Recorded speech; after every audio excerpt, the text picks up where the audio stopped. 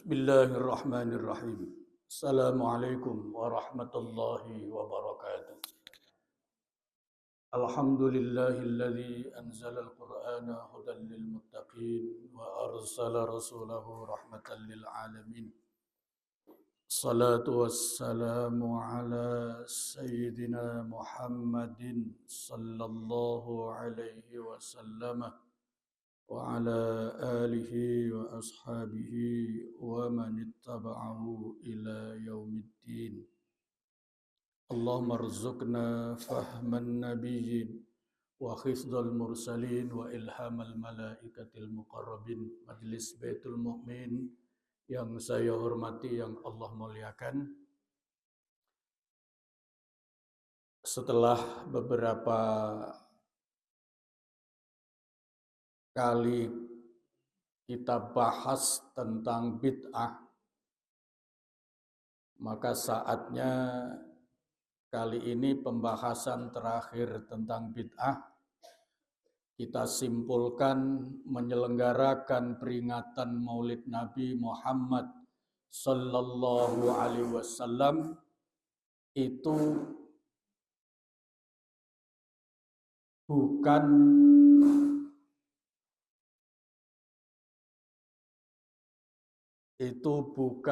bid'ah, ya. Kesimpulannya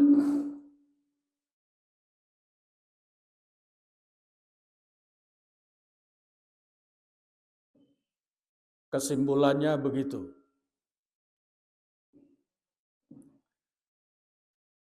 Menyelenggarakan peringatan Maulid Nabi, kesimpulannya itu bukan bid'ah. Walaupun tidak dicontohkan oleh Rasulullah sallallahu alaihi wasallam.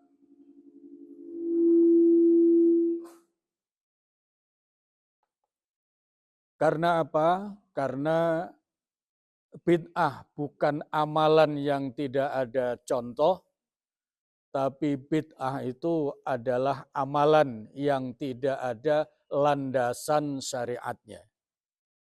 Nah, peringatan Maulid Nabi itu walaupun tidak dicontohkan oleh Rasulullah sallallahu alaihi wasallam, namun ada landasan syariatnya di dalam Al-Qur'an. Yaitu tepatnya yang tempo hari ayatnya kita rujuk di ayat 57 dan 58 surat Yunus. Nah, bagaimana mereka yang menyatakan bahwa peringatan Maulid Nabi itu bid'ah? Mereka menggunakan terminologi bid'ah menurut bahasa. Sedangkan kita kalau menjelaskan tentang bid'ah itu secara hukum harusnya menggunakan terminologi syariat. Nah, terminologi syariat itu yang namanya bid'ah bukan amalan yang tidak ada contoh, tapi amalan yang tidak memiliki dasar hukum. Karena menyelenggarakan peringatan Maulid Nabi punya dasar landasan syariat, perintah Al-Quran, ayat 58, 57, 58 surat Yunus, maka kesimpulan kita menyelenggarakan peringatan Maulid Nabi bukan bid'ah. Sampai di sini ada yang bertanya, mumpung waktunya masih panjang, nah, begitu ya, mumpung waktunya masih panjang. Kalau tidak ada yang bertanya, saya lanjutkan. Bagaimana kalau, ini berikutnya, bagaimana kalau yang menyatakan bid'ah itu kemudian cenderung justru terus saja menyerang, begitu ya, terus saja menyerang. Nah, kalau terus saja menyerang, tidak usah dilayani. Tidak usah kemudian nanti menimbulkan pertentangan antar sesama Muslim hanya gara-gara yang satu menyatakan bid'ah dan yang satu lagi tidak menyatakan bid'ah. Karena apa? Membicarakan bid'ah dan tidak bid'ah, kalaulah kemudian menjadi perselisihan pendapat, maka harus kembali. Innamal mu'minuna ikhwah. Sesama orang beriman itu bersaudara. Fa'aslihu baina akhwaikum. Karena sesama orang beriman itu saudara, maka yang sedang bersengketa hendaknya diislahkan, didamaikan. Jangan yang kemudian tadinya sudah damai, hanya gara-gara bicara peringatan Maulid Nabi, lalu timbul sengketa karena yang satu kekeh menyatakan bid'ah, yang satu menyatakan tidak bid'ah. Nah, oleh karena itu kembali kepada ayat yang justru lebih mendasar. Innamal mu'minuna ikhwah fa aslihu baina akhwaikum wattaqullaha la'allakum turhamun. Takwalah kepada Allah. Kalau ada dua kelompok yang bersengketa, apalagi masjidnya sama, ketua yayasannya sama, ketua masjidnya sama, Al-Qur'annya sama, kalau ada perbedaan pendapat, jangan dijadikan alasan untuk saling sengketa, apalagi saling menyerang, apalagi saling menyalahkan. Kembali kepada ayat 10 surat Al-Hujurat. Innamal mu'minuna ikhwah. Fa aslihu baina akhwaikum wattaqullaha la'allakum turhamun. Takwalah kalian kepada Allah agar kalian dirahmati oleh Allah Subhanahu wa taala. Sampai di sini kemudian kita perlu melakukan introspeksi. Bagaimana rasa hati kita? Ini bukan hati orang lain ya. Karena kita ngajinya bicara a'malul qulub, amal-amal kolbu kita. Bagaimana rasa hati kita ketika kita berbeda pendapat? Gimana rasanya? Kurang nyaman. Ada lagi? Ada lagi? Baik. Karena kurang nyaman, itu bahasa halus dari kata mangkel misalnya. Iya, begitu. Itu. Coba sekali waktu untuk membuktikan kalau lagi sedang berdebat kemudian rada tidak nyaman, apalagi hatinya dongkol begitu. Coba ada enggak asar atau efek di wajah? Coba langsung langsung bercermin gitu. Nah, ketika berdebat mangkel hatinya langsung bercermin. Kira-kira wajahnya berubah apa tidak? Nah, begitu. Baik. Sekarang kalau kita sedang berdebat soal agama, berbeda pendapat tentang agama, lalu hati kita mangkel, sakit, apalagi dendam,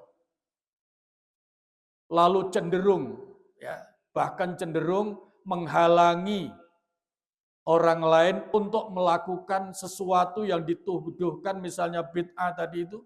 Nah, kira-kira akhlak seperti itu sesuai apa tidak dengan tuntunan Al-Quran? Saya ulangi, kita berdebat kemudian mangkel, sakit hati, apalagi dendam, kemudian cenderung memaksakan kehendak, karena ini menurut saya bid'ah, maka Anda tidak boleh menyelenggarakan peringatan Maulid Nabi. Jadi cenderung melarang. Nah, pertanyaannya, akhlak sikap seperti itu Qur'ani apa tidak? Nah, mari kita lihat.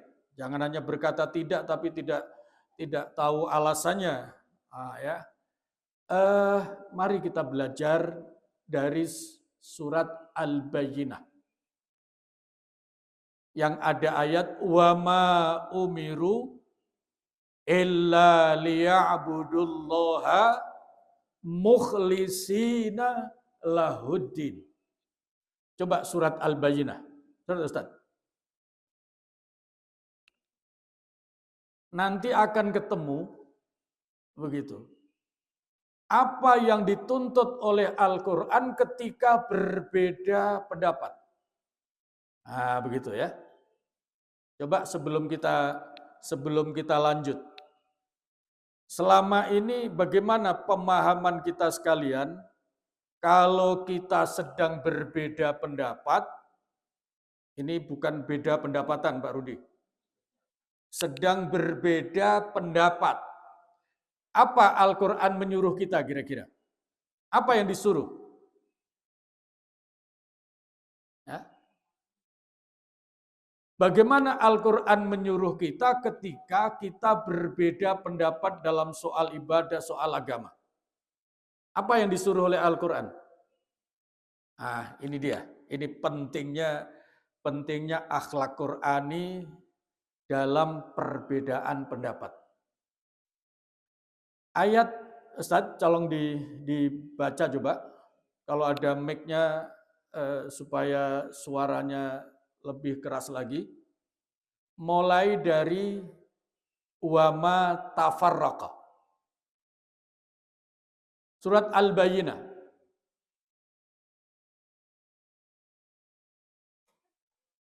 Ayat berapa? Ayat 4 atau berapa itu? Atau ayat 5? 4 ya. Coba boleh dibaca.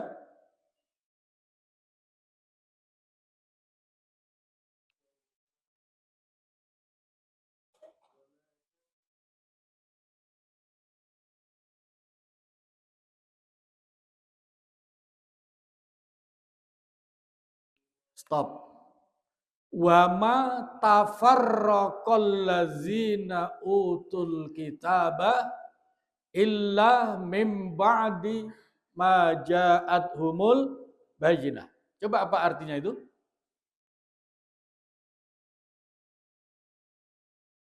Ahli kitab itu tidak berpecah belah. Ya, artinya tidak bersatu. Ya, artinya ahli kitab itu tidak berpecah belah.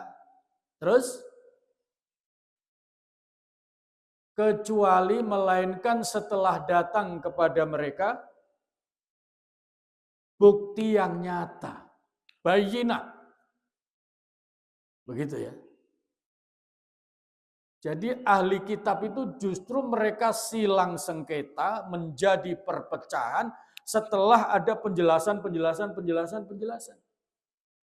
Oleh karena itu seseorang semakin dalam ilmunya justru jangan sampai makin bersengketa. Ini yang jadi masalah. Semakin mendalami agama loh kok malah semakin bersengketa. Padahal itu dalam perspektif surat Al-Bayyinah itu kelakuan ahli kitab. Majelis Baitul Mu'min masuk ahli kitab apa tidak? Ini yang penting mendapatkan kita lakukan evaluasi diri kita. Nah, yang tidak kalah pentingnya ayat berikutnya. Apa Al-Quran menyuruh ketika bersengketa silang pendapat? Lanjut.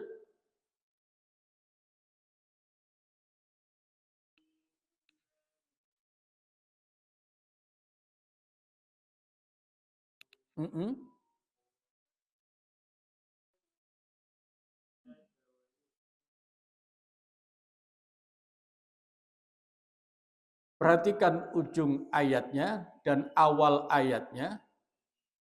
Wa ma umiru illa liya'budullaha mukhlisina lahuddin, dan seterusnya ujung ayatnya wa dzalika dinul qayyimah. Itulah agama yang tegak, yang lurus. Coba artikan di situ. Padahal. Yang disebut padahal ini siapa? Ahli kitab tadi. Ahli kitab yang bersengketa padahal sudah diberikan penjelasan. Untuk apa bersengketa seperti itu? Padahal Allah menyuruh mereka hanya untuk ikhlas dalam beribadah kepada Allah.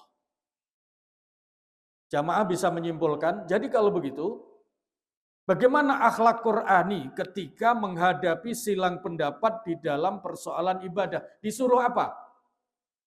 Disuruh ikhlas. Nah, disuruh ikhlas. Ini penting. Contoh sholat jamaah. Imamnya kunut, makmumnya tidak kunut. Makmum yang tidak kunut disuruh apa?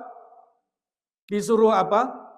Suruh ikhlas. Karena dia posisinya sebagai makmum. Kalau sampai dia ngedumel dalam hati, wah, itu jelas merusak pahala jamaahnya.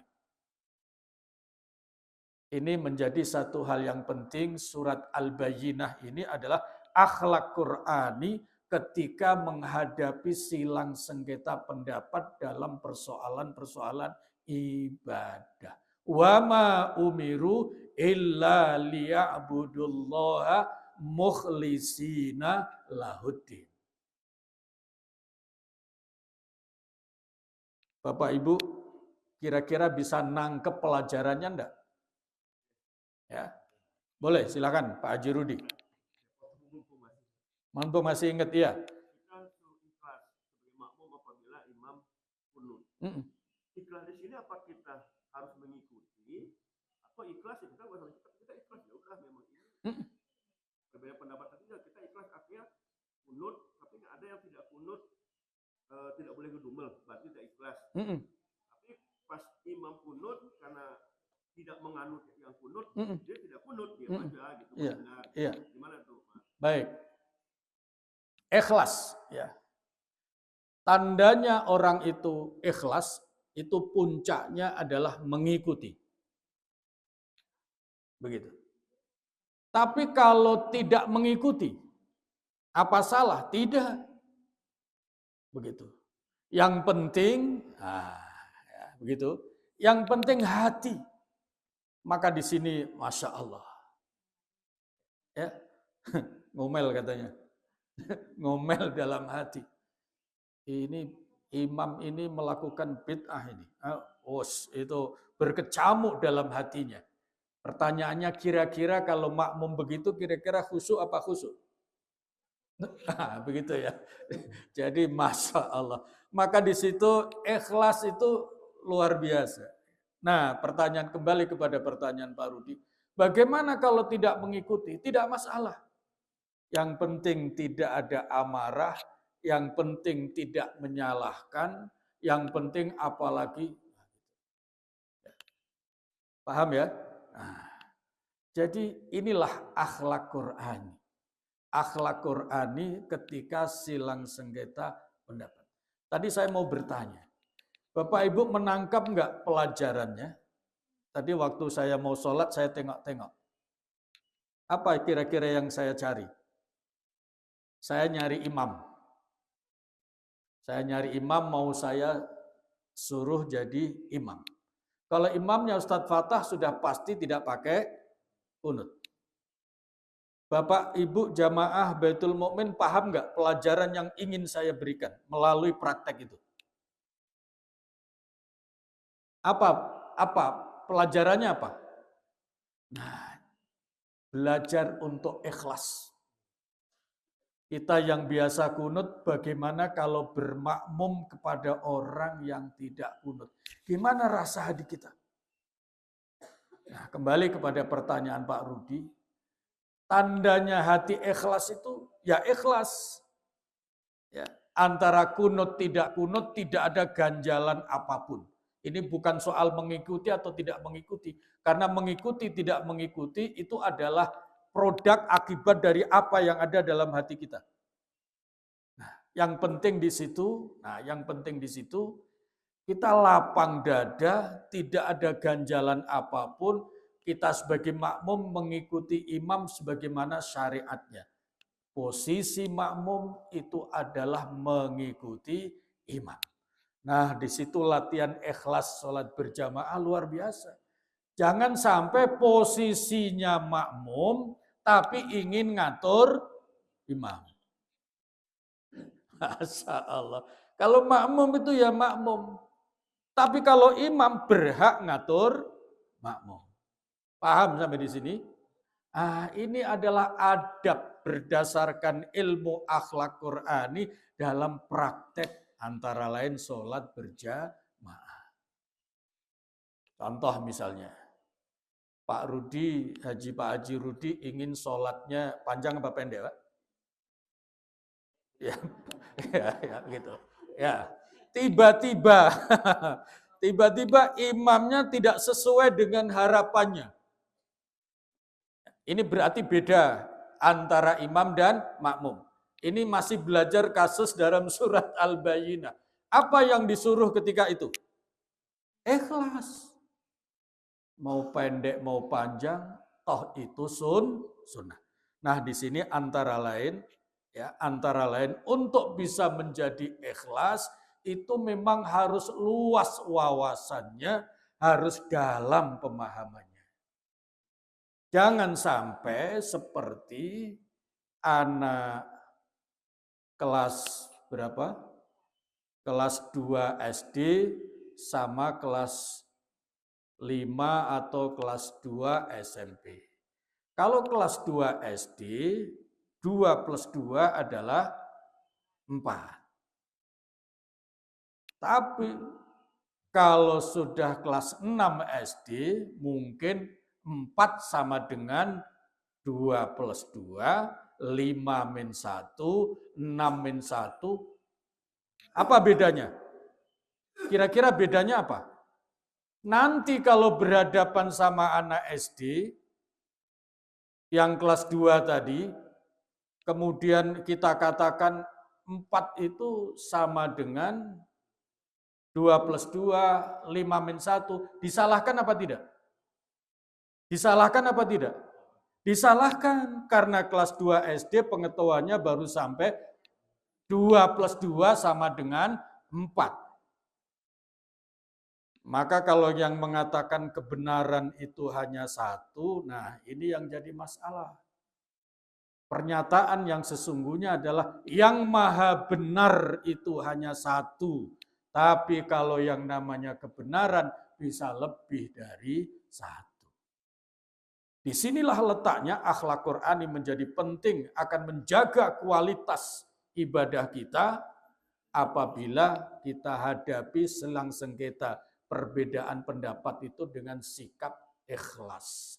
Supaya bisa ikhlas, maka harus luas wawasannya, harus dalam pemahamannya. Supaya tidak mudah memvonis orang lain salah hanya gara-gara bacaan yang berbeda, ilmu yang belum nyampe. Nah, kira-kira ada pertanyaan? Bu Sri, silakan.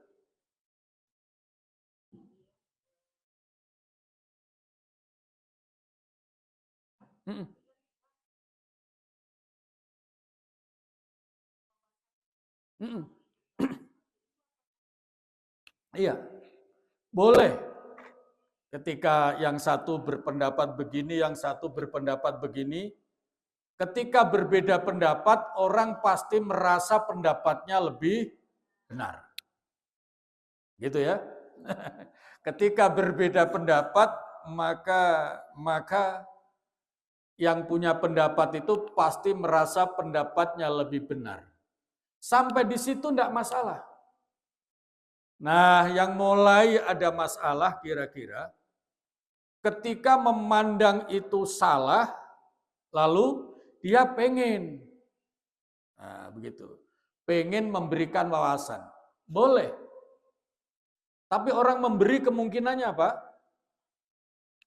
Orang kalau memberi orang lain, kemungkinan yang diberi apa? Harus dipahami, bisa nerima, bisa nolak. Kecuali memberi bonus. Begitu ya. Kalau memberi pendapat, sejak akan memberi pendapat, memberi saran, memberi wawasan, harus sadar lebih dulu. Saya bukan dia, dia bukan saya. Paham ya? Aku bukan kamu, kamu bukan aku. Nah, kalau aku dan kamunya saja beda, maka ketika kita akan memberikan wawasan, memberikan ilmu, memberikan apapun, boleh saja. Tapi harus dibarengi kesadaran, mungkin dia nolak, mungkin dia nerima. Pertanyaannya lalu, ini bagian dari ekspresi ikhlas ini. Pertanyaannya baru, Kalau nanti ternyata ditolak bagaimana? Ini masalahnya. Jadi kalau kira-kira kita ingin memberi sesuatu, lalu kemudian nanti kemungkinannya ditolak, nah kita harus menjaga diri kita. Saya mangkel enggak kalau saya memberikan masukan ditolak? Kalau kira-kira mangkel, stop. Karena apa? Dari mangkel marah itulah innan nafsa la ammaratum bisu. Kembali ke akhlak Al-Quran. Bahwa amarah itu bagian dari hawa nafsu dan itu akan mendorong kepada keburukan. Sekarang kembali kepada pertanyaan Bu Sri. Kalau sudah memberikan kalau hati kita sudah mantep, enggak apa-apa. Yang penting sudah saya sampaikan. Betul loh ya, enggak apa-apa loh. Kan seringkali kita mengatakan, enggak apa-apa juga ditolak. Mulut kita mengatakan tidak apa-apa. Tapi kan sakitnya itu kan di sini. Bukan di sini gitu loh. Mulut bisa mengatakan tidak apa-apa, tapi hati kan dongkol. Nah, nanti kalau sudah begitu keluar dari masjid, yang satu pintu sana, yang satu pintu sini, salaman pun sudah enggak mau. Masya Allah. Nah, jadi kembali kepada pertanyaan, gimana kalau sedang berbeda pendapat, lalu kita ingin memberikan wawasan kepada dia? Boleh. Dengan catatan harus siap. Diterima alhamdulillah, tidak diterima juga alhamdulillah. Nah, karena apa? Wa ma umiru illa liya'budullaha mukhlisina lahuddin. Sekarang pertanyaannya, Nabi pernah ditolak oleh masyarakat, oleh umat apa tidak? Oh, enggak kehitung-hitung. Nah, Masya Allah, bukan sekedar ditolak. Catatan sejarah ketika Rasulullah SAW hijrah ke Taif, apa yang dihadapi? Bukan sekedar ditolak, tapi diserang dengan kekerasan-kekerasan sampai Nabi berdarah-darah.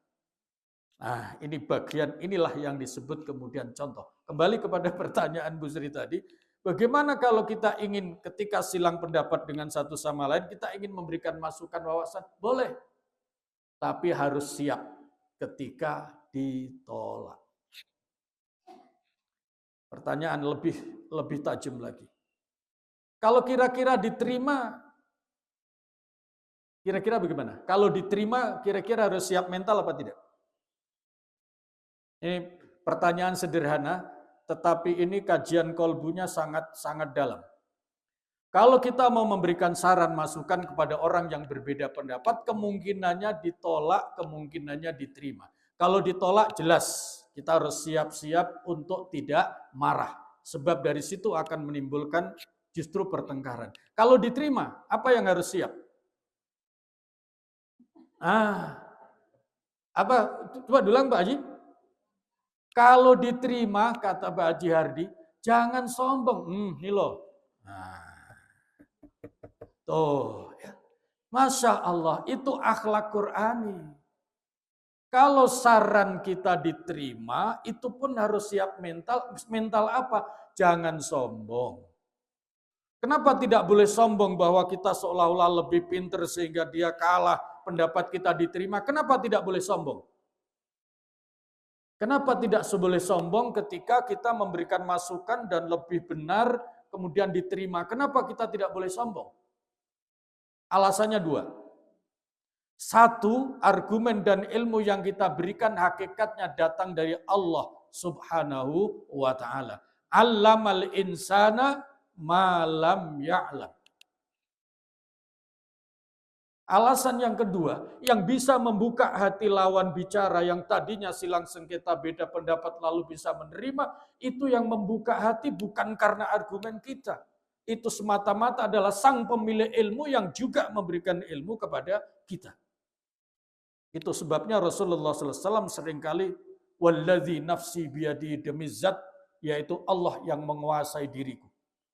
Itu karena apa? Tidak ada orang yang bisa mampu membuka hati seseorang sehingga bisa nerima apa yang kita sampaikan kecuali sang pemegang hati, penguasa hati, Allah Subhanahu wa taala.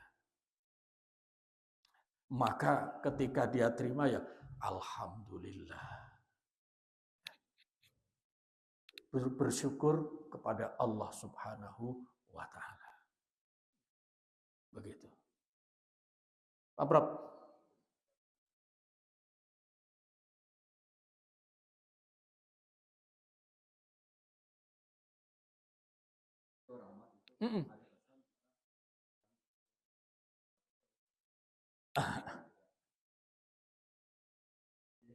Iya, iya. Ada kalimat ini ikhtilafu ummati rahmah. Perbedaan pendapat di antara umatku itu rahmat.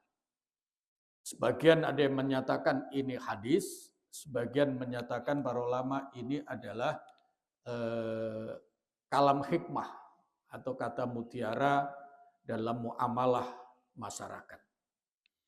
Nah, tapi faktanya tidak sama begitu. Yang silang sengketa itu terus tidak mau salaman.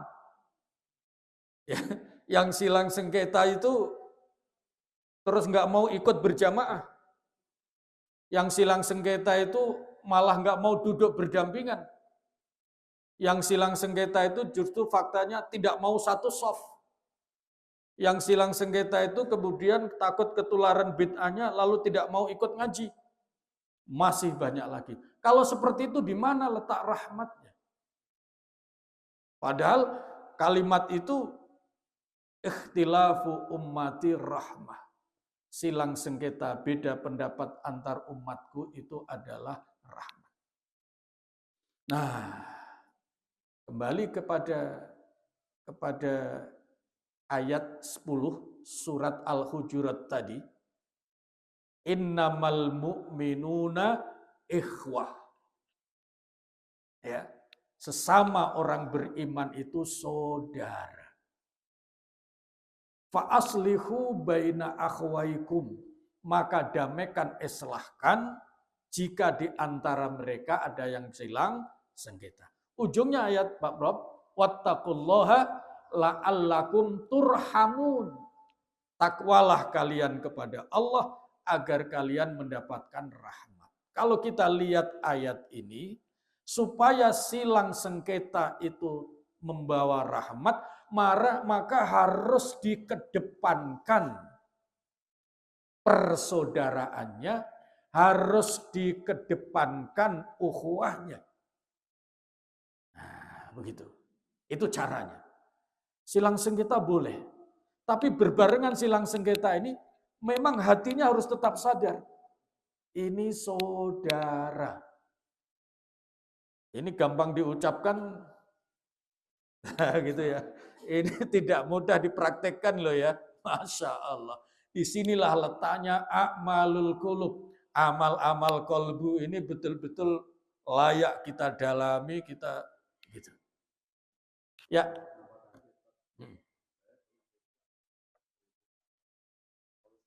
Ya.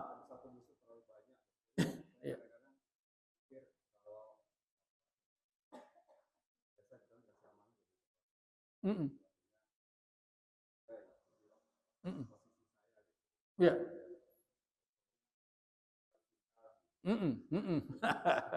Iya. Iya. Baik, baik. Iya. Iya, betul.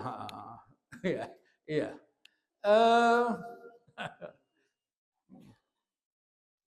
Kalau ada ini tidak kasuistisnya Pak Prof nih. Ada dua orang A sama B silang sengketa. Yang A merasa lebih benar, tapi yang B ngotot. Itu kira-kira A ini melihat B orang apa kira-kira?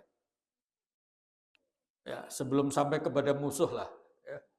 Orang yang susah dikasih tahu tuh biasanya dikatain apa?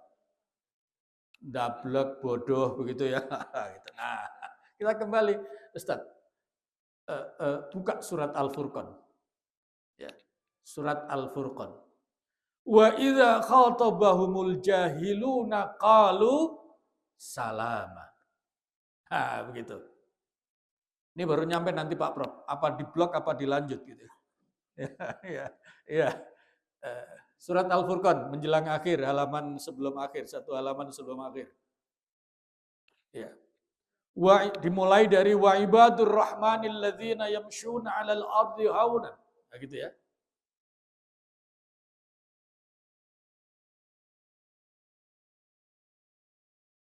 Ketemu?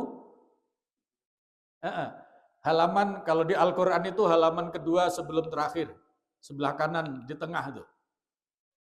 Ya, kalau yang bawa mushaf, saya tidak biasa melihat ayat di HP, jadi saya tidak hafal HP-nya halaman berapa, saya tidak hafal. Iya, begitu. Ustaz Fatah ketemu? Kira-kira 10 ayat menjelang akhir. Dari ayat wa ibadur rahman. Boleh dibaca?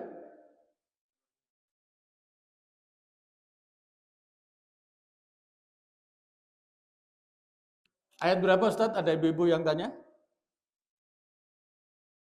63 surat Al-Furqan. Perhatikan baik-baik. Wa ibadur rahmanil ladzina yamshuna 'alal ardi haunan. Apa itu artinya?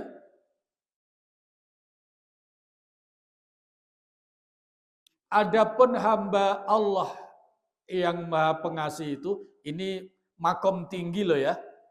Salah satu ciri hamba Allah yang Maha Pengasih, artinya nih apresiasi dari Allah kepada orang yang punya sikap seperti itu. Lanjut. Wa ibadur rahman alladzina yamshuna 'alal ardi haunan. Kalau berjalan di muka bumi itu apa di situ artinya? Dengan rendah hati.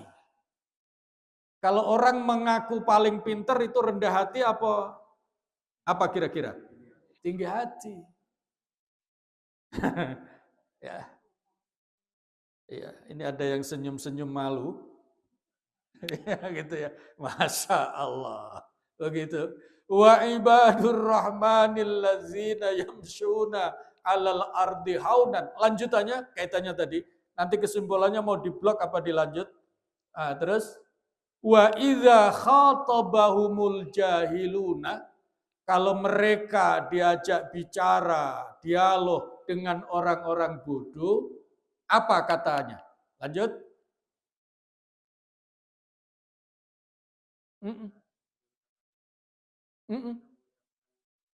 Mereka mengucapkan salam. Dihina orang bodoh pun mengatakan salam. Itu dihina loh ya. Apalagi kalau sekedar tidak diterima masukannya. Bu Sri ya. Jadi kalau ngasih masukan, yang dikasih masukan tidak terima. Nah, kalau sekedar tidak terima, tetap harus lapang dada. Karena apa? Akhlak Qur'aninya Allah memberikan petunjuk, memberikan apresiasi, yang dihina pun dalam keadaan seperti itu tetap menyatakan salam. Karena apa?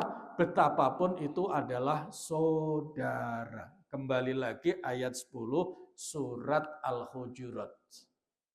Maka di situ wattaqullaha la'allakum turhamun. Nah, jadi kembali kepada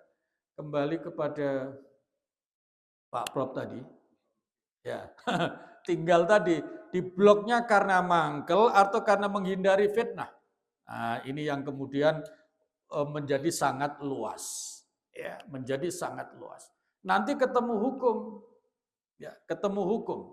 Dalam hadis kan ada mendiamkan, ada ya, mendiamkan sesama muslim. Apa bahasa kita apa? Ya, karena mangkel, karena apa? Pokoknya tidak mau bicara. Nah, itu apa namanya? Kalau bahasa kita apa, Pak Rudi? Gitu ya. Itu maksimal 3 hari. Ya, tidak tegur sapa. Jadi ya kalau nggak tahu Pak Haji Ardi tahu nggak bahasa nyatru? Jadi karena mangkel, beda pendapat, apalagi sudah beda pendapatan, beda pendapat, mangkel begitu. Begitu ya. Terus sudah, buat apa juga? Terus saling mendiamkan. Itu maksimal. Bolehlah dikatakan mendiamkan karena permusuhan maksimal hanya boleh 3 hari. Nah, sampai segitunya Nabi itu membimbing supaya apa tadi? Innamal mu'minuna ikhwah. Dan Rasulullah paham betul tentang umatnya. Begitu. Kalau sudah mangkel kan nggak peduli itu ajaran agama seperti apa. Pokoknya mangkel aja. Kalau sudah marah, ajaran agama pun bisa lupa. Peduli amat dengan nasihat kalau sudah marah. Tapi karena marah itu tidak bisa dihindarkan dari seseorang, Nabi memberikan toleransi maksimal 3 hari. Nanti setelah 3 hari baru kelihatan mana yang lebih baik di antara keduanya. Kalau sudah berantem 3 hari, saling diam, saling marah, saling mangkel, sudah 3 hari tidak tegur sapa, salaman pun nggak mau, satu soft nggak mau. Kalau yang satu keluar sepintu situ, dia nggak mau bareng, balik ke sini, bisa sampai begitu, itu maksimal 3 hari. Nah, setelah 3 hari, baru kelihatan siapa yang lebih baik di antara keduanya. Nah, abda'uhum bisalam. Orang yang lebih dulu ngajak baikan. Assalamualaikum. Waalaikumsalam. Ini yang diajak baikan kira-kira gimana? Nggak mau begitu ya. Masya Allah. Terima kasih kejujurannya. Iya. Iya. Iya.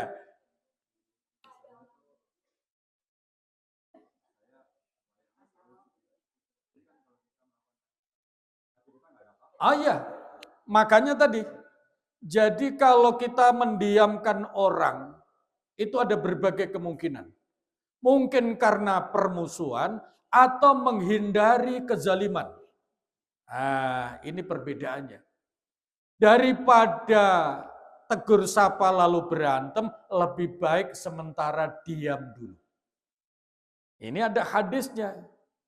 Man kana yu'minu billahi wal yaumil akhir falyakul khairan au liyasmut. Tanda orang itu beriman kepada Allah dan hari akhir, kalau mau ngomong yang baik. Tapi kalau lagi mangkel kan susah untuk ngomong baik. Maka lebih baik diam. Maka dia mendiamkan orang dalam rangka menghindari pertengkaran, itu tidak termasuk dosa. Kalau menghindari karena kemarahan, maksimal 3 hari. Setelah itu baru diukur mana yang lebih baik di antara keduanya, kata Nabi, abda'uhuma bisalam. Yang lebih baik di antara 2 orang yang berantem setelah maksimal 3 hari, itu adalah mana yang ngajak salaman lebih dulu, mana yang ngajak damai lebih dulu. Gitu ya, baik ya. Nah, begitu. Baik. Nah, iya. Sekarang ya. Sekarang bagaimana? Tadi Nabi menyatakan abda'uhuma bisalam. Yang ngajak damai lebih dulu, itulah yang lebih baik di antara keduanya. Nah, sekarang bagaimana orang yang diajak damai? Ini juga ya. Saya mangkelan sama Pak Haji Rudi, kemudian saya ngajak salaman lebih dulu. Assalamualaikum Pak Haji. Kira-kira Pak Haji mengatakan apa dalam hatinya? Makanya sejak kemarin juga. Nah, itu kalau sampai seperti itu, Masya Allah. Masya Allah, itu tanda betul-betul sombong. Jadi ketika ada orang menyerah, dia tambah tinggi hati, merasa paling benar, itulah tandanya salah satu tanda kesombongan dalam hati. Bukannya alhamdulillah Allah telah mengislahkan. Bukannya begitu, tapi makin tinggi hati. Nah nanti ini bisa berakibat lanjut. Di kemudian hari, kalau orang model tinggi hati, biasanya gampang dendam. Maka dalam berikutnya, ini kalau tidak dikikis habis, itu berikutnya bisa memunculkan hal lain. Nanti si fulan yang sudah pernah menyerah ngajak damai itu, kalau suatu saat ketemu dalam sebuah pembicaraan, nanti akan saya, itu kesombongan akan berlanjut. Ingat, itu adalah bisikan-bisikan iblis. Begitu. Ya Pak Bro. Ya.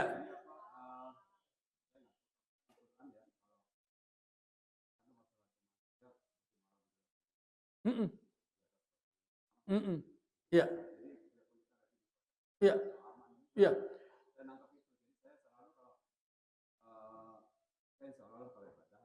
Ya. Ya.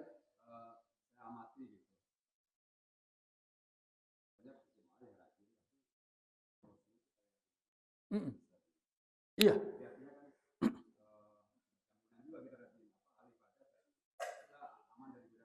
Betul.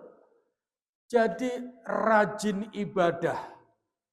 Ya, rajin ibadah tetapi tidak ngaruh kepada akhlaknya.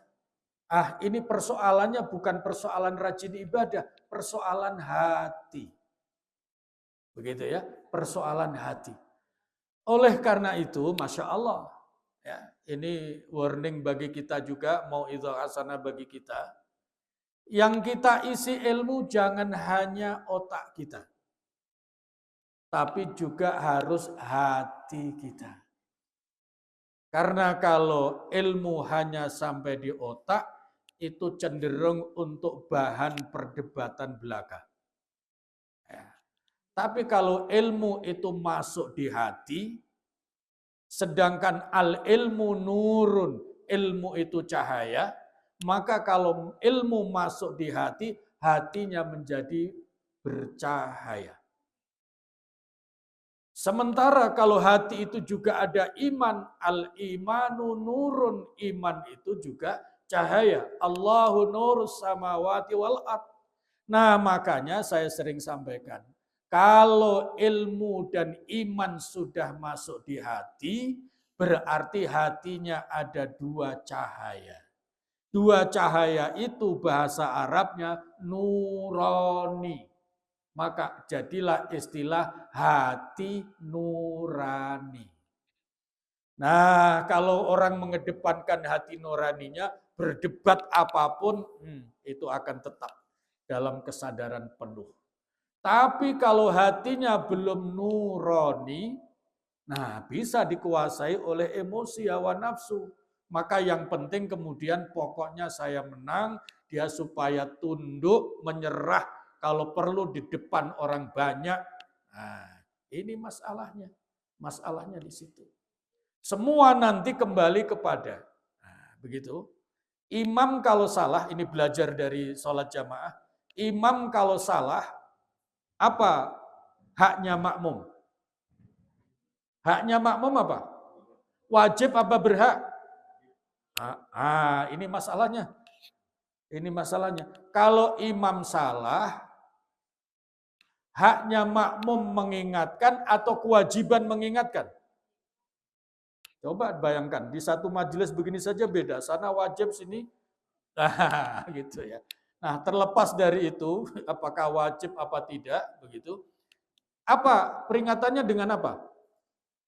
Subhanallah. Apa artinya? Maha suci Allah.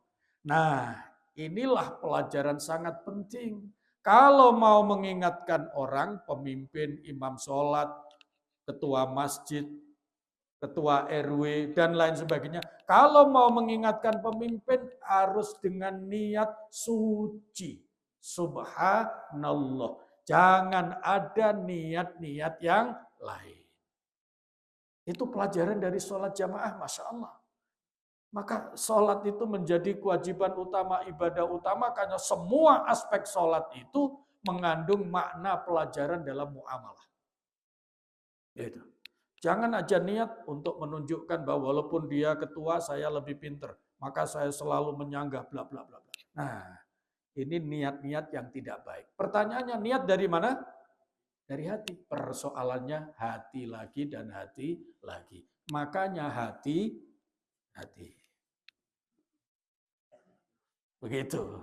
A'malul qulub. Topik kajian kita tentang amal-amal kolbu ini menjadi satu hal yang penting. Hanya saja saya mohon maaf kalau nanti banyak tersinggung ya memang yang selama ini tidak pernah diungkap ternyata seperti itu.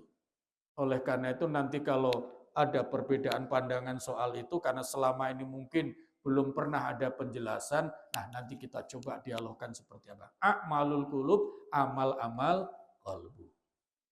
Prinsipnya ketika beda pendapat kembali kepada akhlak Al-Qur'an, wa ma umiru illa liya'budullaha mukhlisina lahuddin. Satu, kedepankan keikhlasan. Yang kedua, ketika berbeda pendapat, utamakan persaudaraan. Karena sesama orang beriman, innamal mu'minuna ikhwah. Sesama orang beriman itu saudara. Yang ketiga, belajar dari sholat jamaah. Jika ada silang sengketa ingin menyampaikan sesuatu, maka berangkatlah dari niat yang suci. Pelajaran dari ketika makmum mengingatkan imam dengan ucapan subhanallah. Bagaimana kalau diingatkan dengan takbir Allahu Akbar? Misalnya imam salah, ya. Kemudian makmumnya mengingatkannya Allahu Akbar. Kira-kira gimana? Kira-kira gimana? Bingung. Loh ini kok jadi makmum pengen jadi imam? Imamnya saja belum Allahu Akbar rukuk, dia sudah Allahu Akbar. Nah ini itu filosofi syariatnya kenapa mengingatkan imam itu dengan kalimat subhanallah. Kalau perempuan mengingatkan imam dengan apa? Dengan nepuk. Itu pun ada aturannya. Tidak boleh. Artinya apa? Tidak boleh keras-keras. Hanya sekedar nepuk. Nepuk apa? Paha. Artinya apa? Pelan. Masya Allah. Tidak kemudian Masya Allah. Itu artinya apa? Berlahan. Kalau mengingatkan dengan kata-kata, maka harus muncul dari niat yang suci. Kalau mengingatkan dengan sikap, harus dengan sikap yang baik. Itu pelajaran fikih mengandung akhlak. Nah, mudah-mudahan ini semua menjadi mengembangkan wawasan kita, memperdalam pemahaman kita. Insya Allah kita lanjutkan nanti. Allahumma anfa'na bima 'allamtana wa 'allimna ma yanfa'una wa zidna ilma. Alhamdulillahi ala kulli hal wa na'udzu billahi min hali ahli nar. Allahumma ahsin aqibatana fil umuri kulliha wa ajirna min khizyid dunya wa 'adzabil akhirah. Rabbana atina fid dunya hasanah wa fil akhirati hasanah wa qina 'adzaban nar. Walhamdulillahi rabbil alamin. Wassalamualaikum warahmatullahi wabarakatuh.